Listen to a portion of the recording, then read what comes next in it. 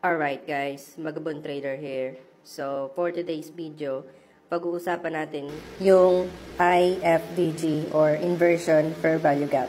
So, unang-una, dun sa isang video ko na what is FVG or Fair Value Gap, yun yung POI natin, which is yung point of interest na kung saan tayo madalas nag-e-entry, no?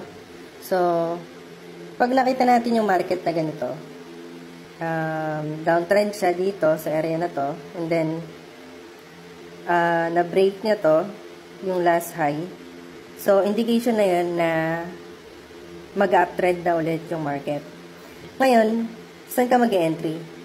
Of course, FVG. Okay? Ito yung FVG, or imbalance dito. So, imagine may imbalance dyan, may FVG dyan. And then, ang usual na reaction ng price once na-hit yung FVG is pataas. Okay? So, yan yung mga usual na entry area. Yung FVG. But what if binasag niyan pa ilalim?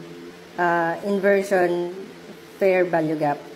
So, from the word itself, inversion. So, ibig sabihin, parang bumaliktad, no? O inverted, parang ganon. Ewan ko, tama ba? FVG siya, ang usual na reaction ng market, dapat pataas. Pero, binasag niya pababa.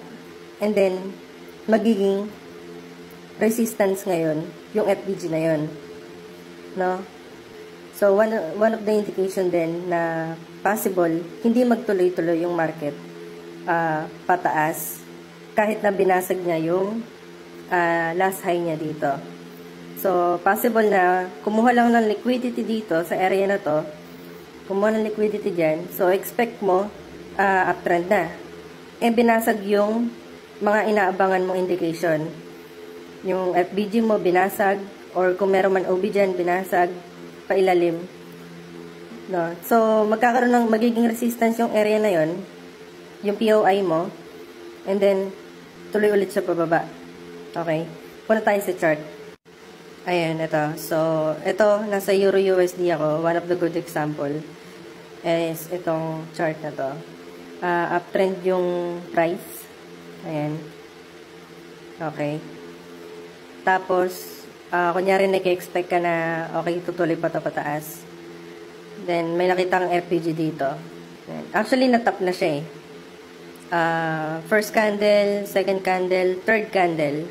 Yung range nung wicks nila, okay, yung range nung wicks nila, yun yung FVG, yun yung imbalance. No, sa fourth candle, tinamaan na siya eh. Fifth candle, tinamaan na din, kaya nagkaroon na reaction pataas. Kung makikita nyo dito, parang naging resistance yung yung 50% tong FVG. Diba? Ayan o. Nagkaroon ng konting reaction, pero hindi pa rin kinaya. Bakit bumagsak to? Kasi, meron tayong FVG din dito. Anong sabi ko kanina? Okay? Pag tumama ang price sa FVG, nagkakaroon ng reaction. Okay? So, pag tama nito, ito yung first candle, second candle, third candle, fourth candle, tumama, FVG, 50% kinuha, boom, bumagsak. And then, nagtuloy-tuloy na pababa.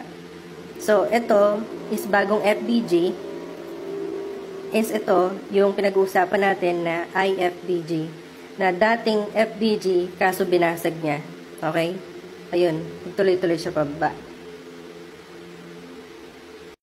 Alright guys, nandito na lahat ng mga dapat yung pag-aralan sa ICT. Maliban dun sa mga sinashare ko sa TikTok. Yan, mga pang-beginners, intermediate, lahat. Strategy ko, yan, personal journal, yan.